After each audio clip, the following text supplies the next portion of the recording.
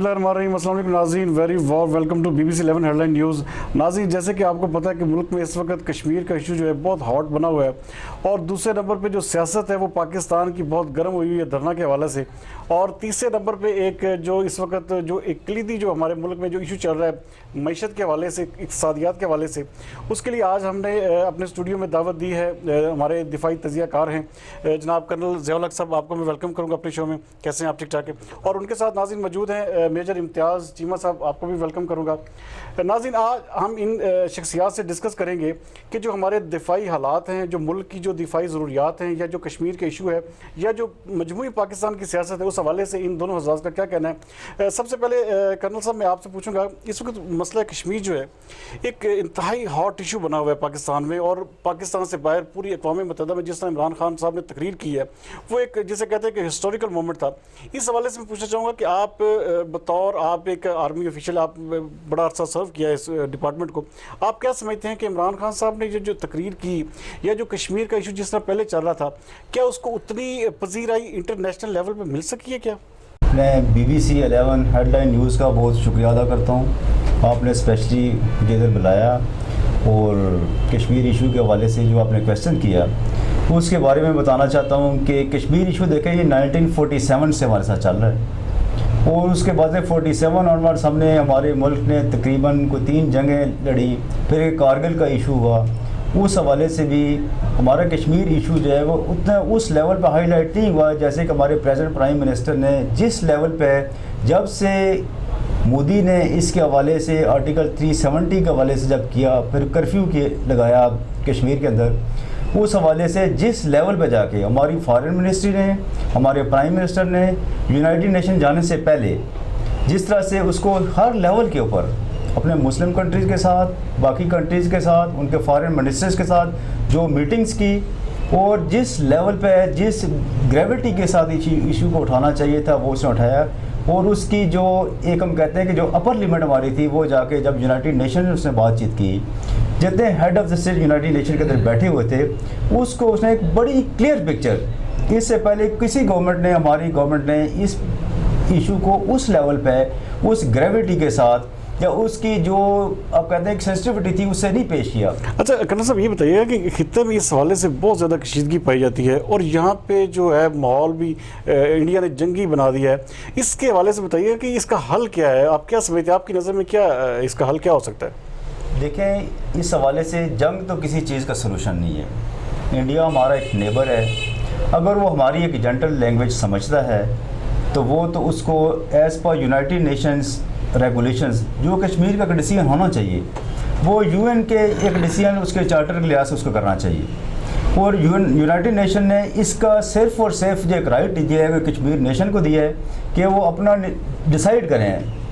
Self determination, वो एक plebiscite के दिए कि जिसके साथ जाना चाहते हैं, वो इंडिपेंडेंट रहना चाहते हैं, वो पाकिस्तान के साथ मिलना चाहते हैं, वो एक है। अगर वो इंडिया उस एक्सरसाइज को यूनाइटेड नेशंस के एक जो उनकी तरफ से एक बनाया गया है, एक तरफ से उनकी एडवाइस है, उस पर अमल करे तो फिर हमारा तो कोई ग्रेविटी, कोई ग्रीवेंस इंडिया के साथ नहीं है अदर देन कश्मीर इशू। जी, पॉइंट आ गया बिल्कुल। मेजर इम्तियाज़ साहब, मैं आपसे पूछूंगा कि उम्मत मुसलमान जो है मसला कश्मीर के हवाले से बड़ी खामोश नज़र आती है। ये जो इतने मुल्कों का इत्तेहाद बना, ये जो हमारे जो साबका चीफ ऑफ आर्मी स्टाफ थे जनरल रहीस शरीफ, वो इस वक्त पूरे इस्लामी ममालिक की फौजी इत्तेहाद को जो लीड कर रहे हैं, आप क्या समझते हैं कि कौन सी ऐसी चीज़ की कमी है इसमें कि उम्मत मुसलमान जो है वो बिल्कुल खामोश है? ऐसे लग रहा है जैसे बिल्कुल एक खामोश तमाशाई का अदा कर रही है। क्या कहेंगे आप इस बारे में?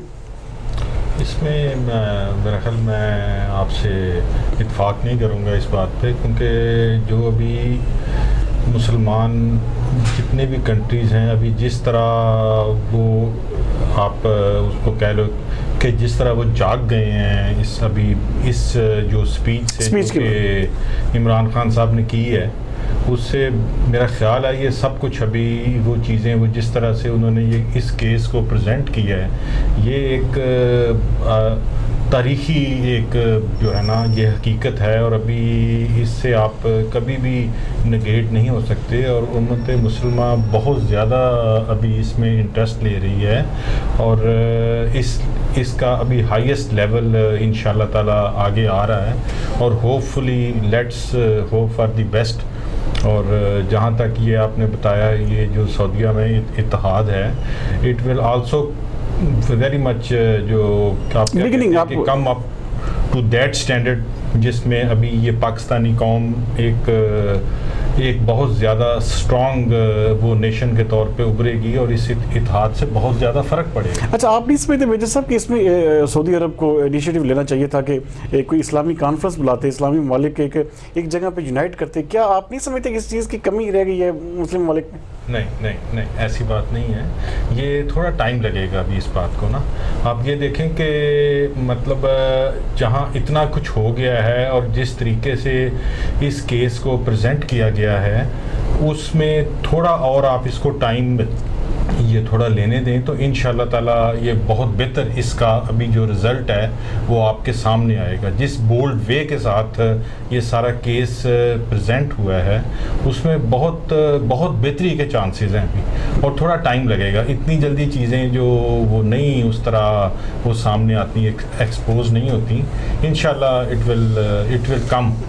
Thank you. अच्छा कर्नल ज़ियाउल हक साहब, मुझे ये बताइएगा कि ये जो पाकिस्तान की कश्मीर के हवाले से जो पॉलिसीज़ हैं, क्या आप एक बतौर दिफाई तजिया निगार आप मुतमिन हैं कि ये जो जिस तरह ये गवर्नमेंट ऑफ पाकिस्तान या दूसरे इदारे जो इस पॉलिसी को अब लेके चल रहे हैं, जो एक जिस तरह की आपने पहले बात की, कोई बड़ी हिस्टोरिक स्पीच की, आप क्या आया एज ए दिफाई तजिया निगार इससे मुतमिन हैं आप गवर्नमेंट की पॉलिसी से?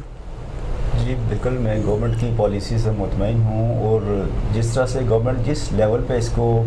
लेके जा चुकी है और जैसे उनकी एक डिवोशन है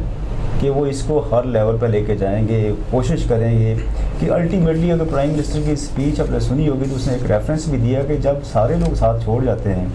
फिर बंदे को अगर एक वेपन उठाना पड़ता है वो सेल्फ डिफेंस के लिए वो किसी भी लिमिट तक जा सकता है। तो कश्मीर तो हमारा जिसे आप कह सकते हैं ना कि शाहराग है, और कश्मीर के हवाले से हमारी सारी इंडिया के साथ सारी जो गवर्नमेंट्स है वो कश्मीर के हवाले से ही चल रही हैं। तो वो जब एक लास्ट लिमिट तक जा सकते हैं, यूनाइटेड नेशंस से बात की, अपने जितने कंट्रीज यूरोपियन कंट्री से बात की, अमेरिका से बात की, सबको उसने रिक्वेस्ट कर चुका है, मुस्लिम उम्मा से बातचीत हो चुकी है, बट अल्टीमेटली जब इसका कोई डिसीजन है या कोई सारे लोग नहीं देते। उसने बड़ी अच्छी एग्जांपल्स भी दी हैं कि अगर 8 मिलियंस जो है इस वक्त हमारे कश्मीरी भाई एक रेफ्यूज की हालत में है, एक कर्फ्यू की हालत में है, इसी तरह अगर इतने मिलियन आपके जूस होते, इतने मिलियन आपके क्रिश्चियंस होते, तो क्या आपका यही सोच होती, आपका यही रिएक्शन होता हमारे कश्मीरी भाइयों के लिए? आप तो उस लेवल जाते हैं कि अगर आपके यहाँ किसी वाइल्ड एनिमल को या वाइल्ड किसी चीज़ को भी कोई प्रॉब्लम होता है तो आप तो बड़े ह्यूमैनिटेरियन ग्राउंड्स के ऊपर आप बड़ा सॉफ्ट कार्नर इवन एनिमल्स के लिए रखते हैं। तो क्या आपके यही थॉट्स हैं 8 मिलियन लोगों के हवाले से? तो ये एक बड़ा स्ट्रॉन्ग उसका पॉइंट था जिसके ऊपर यूनाइटेड नेशंस है या बाकी जितने लोग हैं उनके पास इसका कोई जवाब नहीं था। अल्टीमेटली उन्होंने इस कल्मिनेशन पॉइंट जो हमारे प्राइम मिनिस्टर का एक बहुत बड़ा स्ट्रॉन्ग स्टांस था उसके ऊपर आना पड़ेगा और उनको डिसाइड करना पड़ेगा कि हमने किसी न किसी हवाले से इसको एक पीसफुल या सोल्यूशन की तरफ लेके जाना है और उसको एक कर्ब में जो हमारे कश्मीर 8 मिलियन लोग मुब्तला हैं उसे कर्ब से निकालना है। तो इंशाल्लाह हम बहुत उम्मीद से हैं कि ये आप समझते हैं कि बहुत करीब हम इंशाल्लाह पहुंचने वाले हैं इस हवाले से? इंशाल्लाह क्योंकि उसने बड़ा क्लियर कर दिया है कि आप लोग इसमें हेल्प करें। यूनाइटेड नेशन को कि आपकी ये टेस्ट केस है, अगर यूनाइटेड नेशन को इस टेस्ट केस में फेल होता है तो देन आपके पास there are so many options. आप एक न्यूक्लियर स्टेट हैं तो आपके पास तो ऑप्शंस बहुत हैं, आप कुछ भी डिसाइड कर सकते हैं उस हवाले से। नाज़रीन, मैं मेजर इम्तियाज़ साहब आपसे एक नेक्स्ट अगले जो हमारा जो सेगमेंट है उसके हवाले से आपसे एक सवाल छोड़े जा रहा हूँ ब्रेक पे जाने से पहले कि मौलाना फजलुर रहमान ने ये जो कश्मीर इशू जिस तरह ये हाईलाइट हुआ था, यकदम ये जो धरना का जो एक एलिमेंट खड़ा हुआ है, इससे जो कश्मीर इशू है पाकिस्तानी मीडिया में भी और पाकिस्तानी अवाम में भी इसकी जो एक जिस तरह की एक लहर पैदा हुई थी, मैं समझता हूँ कि वो एक ज़ाती तौर पर कि इसको बिल्कुल काफ़ी हद तक कमी वाक़ई हुई है। तो मेजर साहब से ये पूछेंगे कि धरना सियासत जो मौलाना फजलुर रहमान साहब ने जो ऐलान किया है इस हवाले से इनका क्या वर्शन है? मिलते हैं ब्रेक के बाद।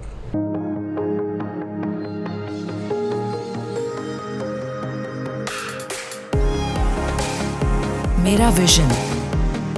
हमेशा मुझे दूसरों से आगे रखता है।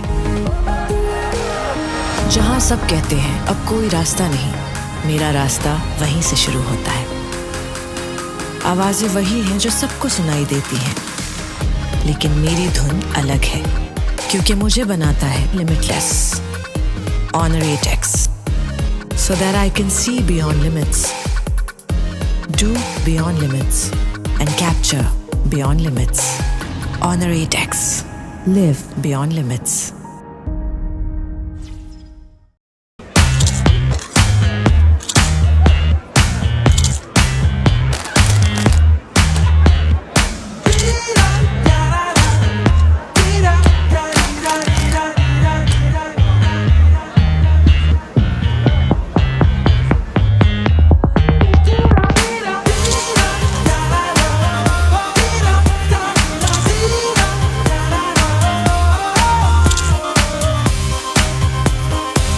वेलकम बैक नाज़रीन। जैसा कि ब्रेक में जाने से पहले मैं मेजर इम्तियाज़ साहब से सवाल छोड़ के गया था कि मौलाना फजलुर रहमान साहब ने जो 27 अक्टूबर का पहले ऐलान किया, उसके बाद 31 अक्टूबर का ऐलान किया, मेजर साहब इस हवाले से क्या कहेंगे कि जिस तरह ये मसला कश्मीर उठ खड़ा हुआ था, पूरी दुनिया में उजागर हो रहा था, तो यकदम ये जो धरना का जो ऐलान करके आप क्या समझते हैं कि मौलाना फजलुर रहमान साहब ने जो ऐलान किया है, इस हवाले से बतौर दिफाई तजिया कार आप क्या कहते हैं कि इस हवाले से क्या उनको चाहिए था कि ये इस मौके पर ऐलान करते या धरना का जो सियासत का आगाज़ करते? ये मैं इसके बारे में ये कहना चाहूँगा कि ये एक इसको आप कह सकते हैं जो पाकिस्तानी सियासत में एक जो डल्टी पॉलिटिक्स का लफ्ज़ इसमें बड़ा ये नुमायाँ जो है वो इससे साबित होता है, क्योंकि ये मौलाना साहब ने इस मौके के ऊपर इस तरह का जो एक्टिविटी है या इस तरह का जो इवेंट जनरेट करने की कोशिश की है। मैं इसकी हम सब बल्कि जो पाकिस्तानी इसको बड़ा मतलब इसको सीरियसली ले रहे हैं कि ये मौका इस तरह के धरने का नहीं था, और ये अपना एक मेरे तो ख्याल है ये अपना एक जो फेस वैल्यू है इनकी उसके लिए शायद ये इसको थोड़ा सा प्रोलॉन्ग कर रहे हैं। अदरवाइज़ इसमें है कुछ नहीं, एक इशू बनाया हुआ है। It will definitely come to a non issue, और मेरा नहीं ख्याल इसमें कुछ इनके पास स्ट्रॉन्ग चीज़ इसमें रह जाती है। जी कर्नल ज़िया साहब, आप थोड़ा सा इस हवाले से बताइएगा कि मौलाना फजलुर रहमान ने तो बाकायदा उन्होंने तो जिसे कहते हैं कि एक बिल्कुल उन्होंने कह दिया, पहले 27 तारीख जैसे कि ऐलान किया, उसके बाद उन्होंने इसको चेंज कर 31 अक्टूबर पे ले गए। अब वो जो जिस तरह के आप नहीं समझते कि पहले अब गवर्नमेंट ऑफ पाकिस्तान जो मना कर रही है कि जी मदरसे के बच्चे नहीं आएंगे, जबकि आपके ही सामने आपने देखा कि अल्लामा ताहिरुल कादरी का जब धरना हुआ तो उसमें बच्चे भी आए, सारे स्टूडेंट्स भी आए, तो क्या अब वो चीज़ इमरान खान साहब को कहनी चाहिए, या क्या बतौर गवर्नमेंट जो है जिस तरह उन्होंने ऐलान किया था कि मैं इनको कंटेनर भी दूंगा, इनको मैं खाना भी दूंगा, आप क्या समझते हैं कि इस हवाले से इनको मौलाना फजलुर रहमान साहब को इजाज़त दे देनी चाहिए या इनको धरने से रोकना चाहिए? देखिए, बात यह है कि मौलाना फजलुर रहमान तो इससे पहले भी कश्मीर कमेटी के मुख्तलिफ गवर्नमेंट्स के हवाले से हेड भी रहे हैं। ये वक्त भी ऐसा है कि कश्मीर इशू एक हाईलाइटेड इशू है। इस पे मैं तो ये समझता हूँ कि हमारी जितनी अपोजिशन पार्टीज़ हैं इंक्लूडिंग मौलाना फजलुर रहमान, वो गवर्नमेंट का साथ दें, और जब साथ देंगे तो हमारी यूनिटी, जब घर के अंदर यूनिटी होगी तो फिर डेफिनेटली फॉरेन यूनिटी की हम एक्सपेक्टेशन कर सकते हैं, उनके फॉरेन सपोर्ट एक्सपेक्टेशन कर सकते हैं। जब हमारा हाउस इन ऑर्डर नहीं होगा तो फिर तो बड़ा मुश्किल है कि बाहर से कैसे कह सकते हैं। बाहर तो लोगों के पास एक जवाब मौजूद होगा कि आपका तो अपना घर तो सीधा नहीं है, आपके अपने लोग साथ नहीं हैं, और मुख्तलिफ वाले से कभी मुल्क में law and order situation create हो रही है, धरना हो रहा है, मुख्तलिफ वाले से वो अपोजिशन पार्टीज़ हर की एक अपनी डायरेक्शन है। तो उस हवाले से इस पर जो प्राइम टाइम है, मौलाना फजलुर रहमान अगर वाइस प्ले करते हैं तो मेरे ख्याल में उनको इमरान खान के साथ, प्रेजेंट गवर्नमेंट के साथ, कश्मीर के लोगों के साथ, अगर आपके गवर्नमेंट के साथ कुछ इश्यूज हैं भी तो इस स्टेज पर उसको साइड पर रख के आप सिर्फ और सिर्फ अपने मुल्क के लिए और कश्मीर वाले लोगों के लिए सोचें। बाकी तो धरने का टाइम अगर आपको समझते हैं कि पर्सनल या कोई पॉलिटिकल आपकी ग्रीवेंसेस हैं भी तो वो एट लेटर स्टेज सेटल भी हो सकती हैं, बट ये एक राइट टाइम नहीं है। अगर जैसे आपने बात की थी कि इमरान खान के टाइम पर धरना हुआ या इमरान खान ने इनको ऑफर्स की, तो ऑफर्स का वो एक डिफरेंट इशू था। अभी इस स्टेज पे जैसे जैसे वक्त गुजरता हो रहा है, जो कश्मीर के हवाले से कर्फ्यू को भी अब देखेंगे ऑलमोस्ट ओवर 2 मंथ्स हो चुके हैं, तो वो लोग अब खुद सोचें कि 2 महीने प्लस से जिस अजाब से वो गुजर रहे हैं, तो उसके सेटलमेंट का, उसके कर्फ्यू उठाने का मौलाना साहब को तो स्टेप मिलाना चाहिए प्रेजेंट गवर्नमेंट के साथ, और इंडिया को कंपेल करना चाहिए कि वो वहाँ से कर्फ्यू उठाएं, उन लोगों को एक आज़ादी दें, उन लोगों को अपना जिस तरह से उनकी ख्वाहिश ज़िंदगी से रहने के लिए आसानियाँ पैदा करें, ना कि गवर्नमेंट के लिए इश्यूज़ करें। और इस गवर्नमेंट के इश्यूज़ के अलावा हमारी जितनी पब्लिक है,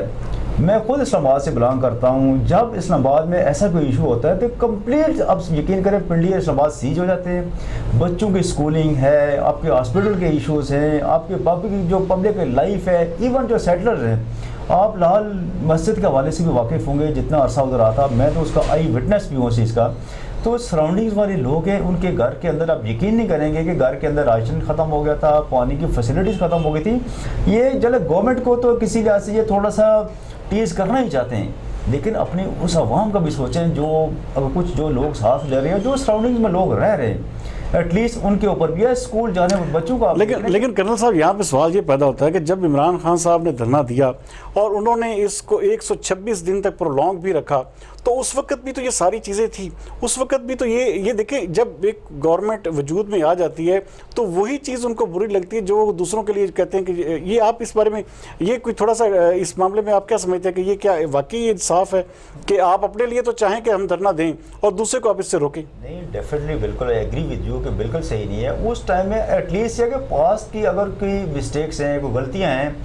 किसी गवर्नमेंट ने की हैं, हम देखिए 1947 से देखते आ रहे हैं कि हमारी मिस्टेक्स, अगर उन्हीं मिस्टेक्स को हम कवर करते हैं, एक गवर्नमेंट कहती है कि लेट्स फॉरगेट अबाउट पास्ट और फ्यूचर की तरफ है। अगर इमरान खान की गवर्नमेंट उस वक्त नहीं थी, वो अपोजिशन में थे, अगर उनके लेवल पे ऐसी चीज़ें हुई और लोगों ने वो चीज़ें फेस की और आपने वो चीज़ें देखी हैं, 126 डेज देखी हैं, एटलीस्ट अगर आप रिपीट नहीं करें तो लोग आपको अच्छे वर्ड्स में याद करेंगे।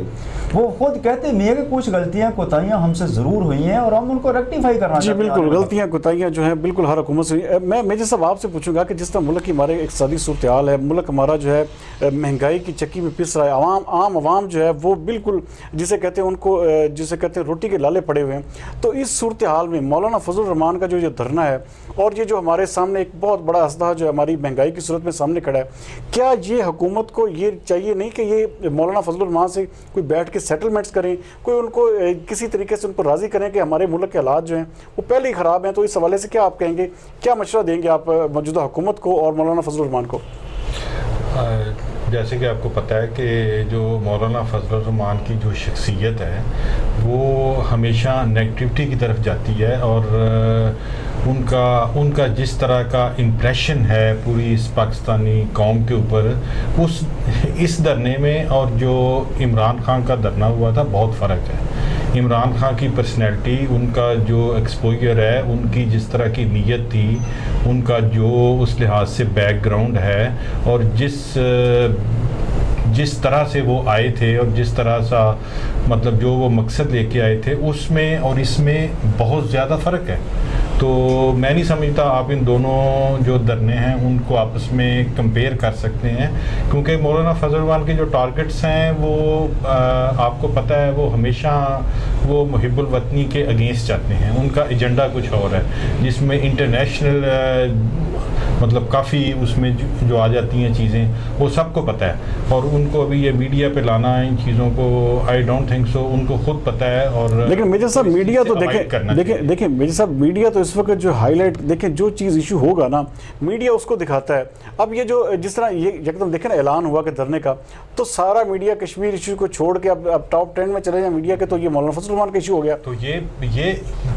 यही एक एजेंडा है। इस तरह तो हम ये भी कह सकते हैं कि मीडिया इस चीज़ को सपोर्ट कर रहा है, मीडिया उनके एजेंडे को सपोर्ट कर रहा है। इसको एक नॉन इशू जो मेरे ख्याल में ये बनाना चाहिए, लेकिन वो मौलाना फजल रहमान का जो एम एंड मिशन है वो काफ़ी हद तक इसमें पूरा हो रहा है और वो इसको आखिर तक मेरा ख्याल इसको लेके जाएंगे कि जब तक उनको इसमें थोड़ी सी कामयाबी हासिल नहीं होती। और ये दोनों धरनों में आप अगर हम कंपेयर नहीं कर सकते आपस में, आई डोंट थिंक सो। उस धरने में और इस धरने में बहुत ज़्यादा फ़र्क है, टाइम का फ़र्क है, आगे एम एंड मिशन जो पाकिस्तानी जो कौम के हैं वो डिफरेंट हो चुके हैं। वो अभी पूरा एक जो सिनेरियो है वो मेरे ख्याल में जब सबको पता है कि इंटरनेशनली वो चेंज हो चुका है, तो ये एक बहुत ही आप कहते हैं कि हमें दुश्मनों की ज़रूरत नहीं है, दुश्मन हमारे पास है। बड़ा स्ट्रॉन्ग पॉइंट मेजर साहब का आ गया कि ये पिछला धरना और इस धरने में कोई मुमासलत नहीं वो समझते। अच्छा कर्नल ज़ियाउल हक साहब, मैं आपसे ये पूछूंगा कि ये जो महंगाई है इसके हवाले से जो हमारे मुल्क की जो इक़्तिसादियात है जो दिन ब दिन जो सूरत हाल तब्दील होती जा रही है, यहाँ पे जो सबसे बड़ा इशू आ रहा है कि हमारी जो प्लानिंग है या जो हमारे जो इक़्तिसादी इदारे हैं वो इस हवाले से कोई खातिर खा कारकर्दगी नहीं दिखा रहे। दिन ब दिन महंगाई बढ़ती जा रही है, रोज़गार के मौके कम होते जा रहे हैं। आप क्या सजेस्ट करेंगे कि हुकूमत को क्या चीज़ करने की ज़रूरत है? ये आए रोज़ तब्दीलियाँ भी ला रहे हैं, मुसलसल पोर्टफोलियोज़ भी चेंज कर रहे हैं, लेकिन तब्दीली नज़र नहीं आ रही। क्या कहेंगे इस हवाले से आप?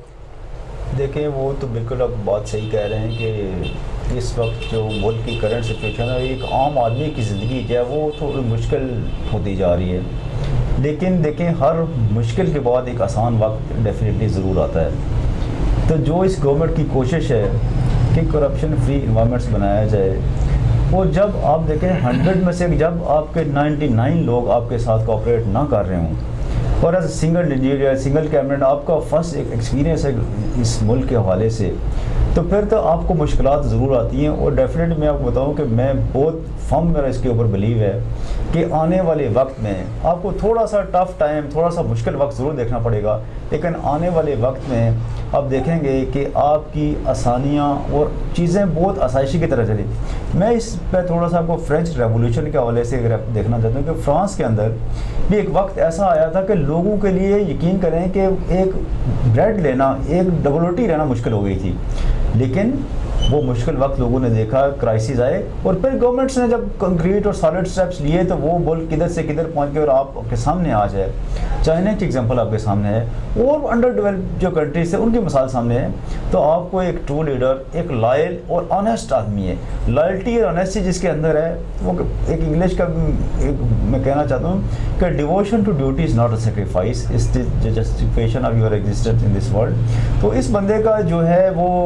आप समझते हैं कि डिवोशन और डेडिकेशन जो है वो किसी से कंपैरेटिवली बहुत बेहतर है बनिस्बत दूसरे जो सियासी जो कायदीन है उनकी निस्बत। बड़ा अच्छा, मेरे साहब मैं ब्रेक पर जाने से पहले आपसे एक सवाल, जिस तरह ये पंजाब हुकूमत काम कर रही है, वज़ीर आला उस्मान बुज़दार साहब इतने बड़े सूबे को जो लीड कर रहे हैं, इस हवाले से मैं आपका मौक़िफ़ लेना चाहूँगा, लेकिन एक ब्रेक के बाद। आज फिर लेट हो गई। अरे क्या रिलैक्स, सिड का ट्यूशन है, उसको स्नैक्स बना के देना है खुद से। खुद से वो पानी ले ले, यही बहुत बड़ी बात है। खुद से। आपको लगता है कि आपका राजा बेटा खुद से इस शेकर में ना दूध डाल सकता है ना चीनी, और नेस्कैफे मिलाकर आइस के साथ शेक करके कोल्ड कॉफी तो बिल्कुल नहीं बना सकता। Not bad Sid. पर मैं रोज नहीं बनाऊंगा। Make your first Nescafe Cold Coffee. Nestle, good food, good life. Welcome back नाज़रीन। जैसे कि मैं ब्रेक में जाने से पहले मेजर इम्तियाज़ साहब से पूछ रहा था कि बुज़दार हुकूमत के, क्योंकि मैं इसको बुज़दार सरकार इसलिए बोलता हूँ कि ये पाकिस्तान का वो सूबा है जो 60% आबादी पूरे पाकिस्तान का सबसे बड़ा सूबा है, और इसको जिस तरीके से उस्मान बुज़दार चला रहे हैं, जिस तरीके से उनको चलाना चाहिए, आपके क्या मौक़िफ़ है इस बारे में? क्या कहेंगे आप? क्या उस्मान बुज़दार को मशवरा देंगे कि अपनी जो गवर्नेंस है, जो अपना जो सिस्टम है, जो एक जिसे कहते हैं कि जो उनकी जो निज़ाम है वो एक बेहतर तरीके से चल सके? आप उस्मान बुज़दार जो हैं उनको हम बहुत ज़्यादा अंडर एस्टिमेट करते हैं। मेरा नहीं ख्याल, मैं आपसे बिल्कुल इस बात से इत्फाक नहीं करूँगा। वो जो चीफ़ मिनिस्टर वो जब से बने हैं मतलब बहुत ज़्यादा उन्होंने जो इनकलाबी जो स्टेप्स हैं वो लिए हैं। एक ऐसी वो जो रूट काज है उसको वो एड्रेस कर रहे हैं और उसको देख रहे हैं कि वो कैसे मतलब चीज़ें और बेहतर से बेहतर हो सकती हैं। और सिर्फ उनका जो फोकस है वो सिर्फ एक जो लाहौर है उसके ऊपर नहीं है, उनका फोकस पूरे पंजाब के ऊपर है। वो हर राइट लेफ़्ट और ऊपर नीचे वो जितना है, शुमाली जनूब और मतलब वो जो भी है वो इस सब चीज़ों को फोकस कर रहे हैं। वो सिर्फ एक जो लाहौर वाले वो सेटअप है, जितना इधर वो डेवलपमेंट और जो कुछ हुआ है उसको वो डिसेंट्रलाइज उन्होंने कर दिया है। और मेरा ख्याल है हमें उनको थोड़ा टाइम देना चाहिए ताकि वो हमारी एक्सपेक्टेशंस, लेकिन मेजर साहब मीडिया में इंशाल्लाह वो इस पे पूरा उतरेंगे। मीडिया का अपना एक रोल है, मीडिया एक अपना एक वो फोकस होता है उनका चीज़ों के ऊपर और अपने एम एंड मिशन लेके चलता है। मेरा नहीं ख्याल कि हमें इस पे उनको डिस्करेज करना चाहिए। इमरान खान की अप्रोच अच्छी है, उसके आइडियाज़ अच्छे हैं और उनको बड़ा अच्छा वो गाइड कर रहे हैं और मेरा ख्याल है ये बेहतरी की तरफ ये सारा कुछ। मेजर साहब, आप ये नहीं समझते कि जिस तरह उस्मान बुज़दार साहब को दूसरे शहरों के मुख्तलिफ शहरों के जैसे हंगामी दौरे करते हैं, तो उन हंगामी दौरों में बहुत टाइम ये चीज़ें देखने में आई है कि उनका वो दौरा जो 5, 7, 10 मिनट पे मुहित होता है और उनको वहीं से ही अचानक जो है वो कहीं और ले जाया जाता है। तो क्या आप समझते हैं कि उनको चलाने वाले जो मुशीरान हैं उनका भी इसमें कसूर है कि उनकी जो एक जिस तरह रेपुटेशन जो बिल्ड कर रहे हैं कि उनको कमज़ोर दिखाया जा रहा है? नहीं, ऐसी बात नहीं है। ये वही है एक जो पाकिस्तानी मखसूस जो कल्चर है या ऐसा एक वो नेगेटिविटी का रोल बीच में प्ले करते हैं, चीज़ों को आगे वो ग्रू अप नहीं होने देते। और मेरा नहीं ख्याल ये कोई ऐसी ये स्टोरीज़ बनती हैं, वो बहुत अच्छा काम कर रहे हैं और उनको टाइम मिलना चाहिए। और उनको टाइम मिलना चाहिए इसलिए भी मिलना चाहिए ताकि हमारा जो नीचे वाला सारा तबका है, ख़ास तौर पे ये जो मुल्तान, भावलपुर और जिस इलाके से वो बिलोंग करते हैं उस चीज़ वो लोग ऊपर आएँ, ताकि एक हमारा जो वो गैप है वो ख़त्म हो। और वो आप दूसरा देखेंगे जिस तरह का प्रोटोकॉल और जो चीज़ें पहले वो खादमे आला के लिए होती थी उसमें और इसमें कितना फ़र्क है। आप इन चीज़ों को थोड़ा सा अगर एक्सपोज करें तो फिर आपको पता चलेगा कि ये एक हमारे लिए बहुत अच्छा स्टेप है और बड़ी तब्दीली है जिसमें वो बहुत बेहतर तरीके से काम कर रहे हैं। और इंशाल्लाह ताला वो जो स्टैंडर्ड्स हैं वो अचीव कर लेंगे, जो कि उनके प्राइम मिनिस्टर की गाइडेंस की वजह से उनको मतलब वो बहुत बेहतर तरीके से उस तरफ जा रहे हैं। नाज़िम, मेरे इम्तियाज़ साहब का बड़ा स्ट्रॉन्ग पॉइंट आ गया कि वो समझते हैं कि ये तब्दीली जो उस्मान बुज़दार की शक्ल में है इसको वो बड़ा पॉजिटिव करार दे रहे हैं। अच्छा कर्नल ज़िया साहब, मैं आपसे ये चाहूँगा कि जिस तरह अभी पंजाब हुकूमत ने ऐलान कर दिया बलदियाती इलेक्शन के हवाले से 25 फरवरी को गालबन ऐलान किया गया है कि पाकिस्तान पंजाब भर में या पाकिस्तान भर में बलदियाती इलेक्शन जो है वो करवाए जाएंगे। आप इस हवाले से क्या मशवरा देंगे कि हुकूमत जो है बलदियाती इलेक्शन, जिस तरह अब उन्होंने एक तालीम की शर्त भी रख दी है, तो क्या सजेस्ट करेंगे कि बलदियाती इलेक्शन जो है जिस तरह ये, क्योंकि ये वो इदारा है जो रूट काज पे जाके काम करता है, तो क्या उस्मान बुज़दार सरकार को मशवरा देंगे इस हवाले से, क्या इनिशिएटिव लें? मैं सबसे पहले तो थोड़ा सा मेजर इम्तियाज़ साहब की बात से थोड़ा डिसएग्री करूँगा कि देखें, जो कहते हैं ना कि selection of the right man for the right job, क्योंकि उस्मान बुज़दार नो डाउट एक ऑनेस्ट आदमी भी हैं, एक सॉफ्ट स्पीकिंग आदमी भी हैं, लेकिन जैसे आपने पहले बात की थी कि एक इतने बड़े सूबे को चलाने के लिए एक बंदे के अंदर एटलीस्ट वो कैपेबिलिटी ज़रूर आनी चाहिए। अगर एक बंदे के पास थोड़ी सी कैपेबिलिटी उस लेवल की नहीं है कि 34 डिस्ट्रिक्ट्स का एक मालिक सूबा है, 34 डिस्ट्रिक्ट्स अपने चलाने हैं, और पंजाब जो है वो पाकिस्तान के अंदर मेजर रोल है पंजाब का। तो इस हवाले से मेरे ख्याल में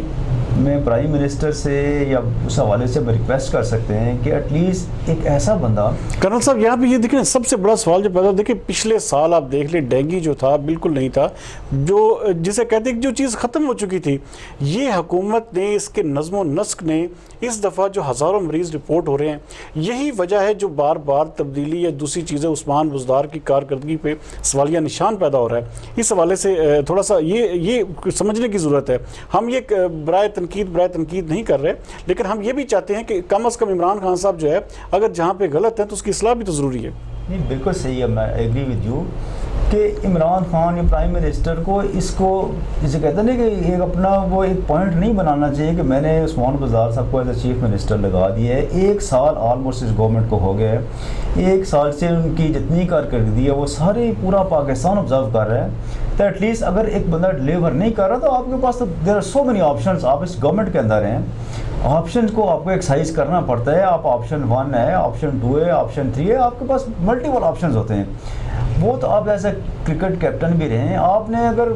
आप भी समझते थे कि आप हमारे से ज़्यादा बेहतर समझे इस हवाले से कि अगर एक बॉलर आपका फेल हो जाता था तो आप अल्टरनेटिव दूसरे बॉलर को यूज़ करते थे। वसीम अकरम फेल होता था तो वकार यूनस आ जाता था, वकार यूनस था आकिब जावेद आ जाता था। अब तो वो वसीम अकरम करार देते ना उस्मान बुज़दार को। तो वो अगर आप देख लिया ना कि वसीम अकरम की भी एक स्टेज आती है कि जब उसके अंदर वो स्ट्रेंथ नहीं रहती, वो अपना एडमिनिस्ट्रेटिवली या वो उसकी अपनी कैपेबिलिटीज नहीं दिखा सकता, आपने अल्टरनेटिव ऑप्शन यूज़ करने हैं। एक आपने उसको अपना एक जिसे कहते हैं कि प्रेस्टिजियस माइंड नहीं बनाना कि जब मैंने एक चीज़ लगा दी और उसे चलाना है। अब डिलीवरी सिस्टम अगर आपका ठीक नहीं है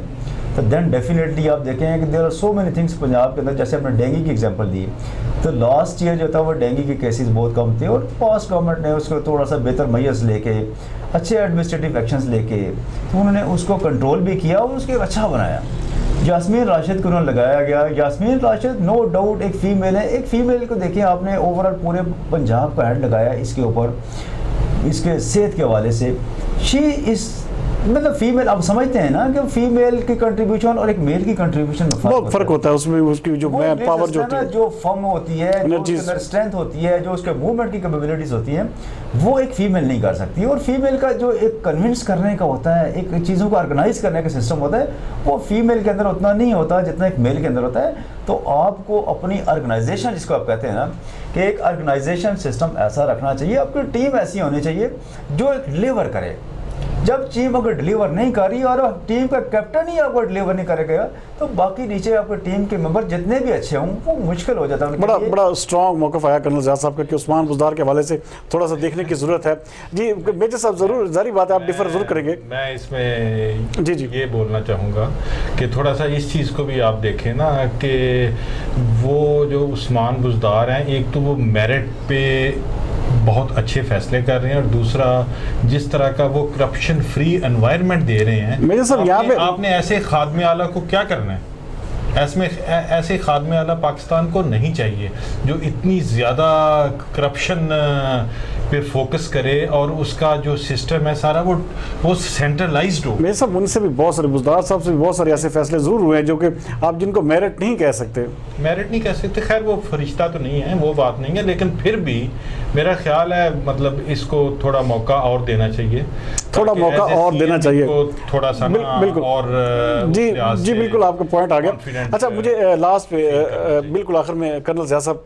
बल्दियाती इलेक्शन इसके हवाले से क्या कहेंगे कि गवर्नमेंट ऑफ पंजाब जो है या जो पाकिस्तान की हुकूमत है इस वक्त जो बल्दियाती इलेक्शन जो सर पे हमारे बिल्कुल आ चुके हैं, तो इस हवाले से क्या मशवरा देंगे? क्या ऐसे मेजर्स लेने चाहिए कि बल्दियाती इलेक्शन साफ़ सुथरे हों और जो ग्रास रूट या गलियों देहातों या जो छोटे एरियाज़ में वहाँ पर भी तरक्याती कामों का जो है ना जाल बिछ सके, बजाय इसके कि हमारा सारा पैसा लाहौर, इस्लामाबाद, कराची में लगे? ये डेफिनेटली बिल्कुल बल्दियाती इलेक्शंस हैं, ये तो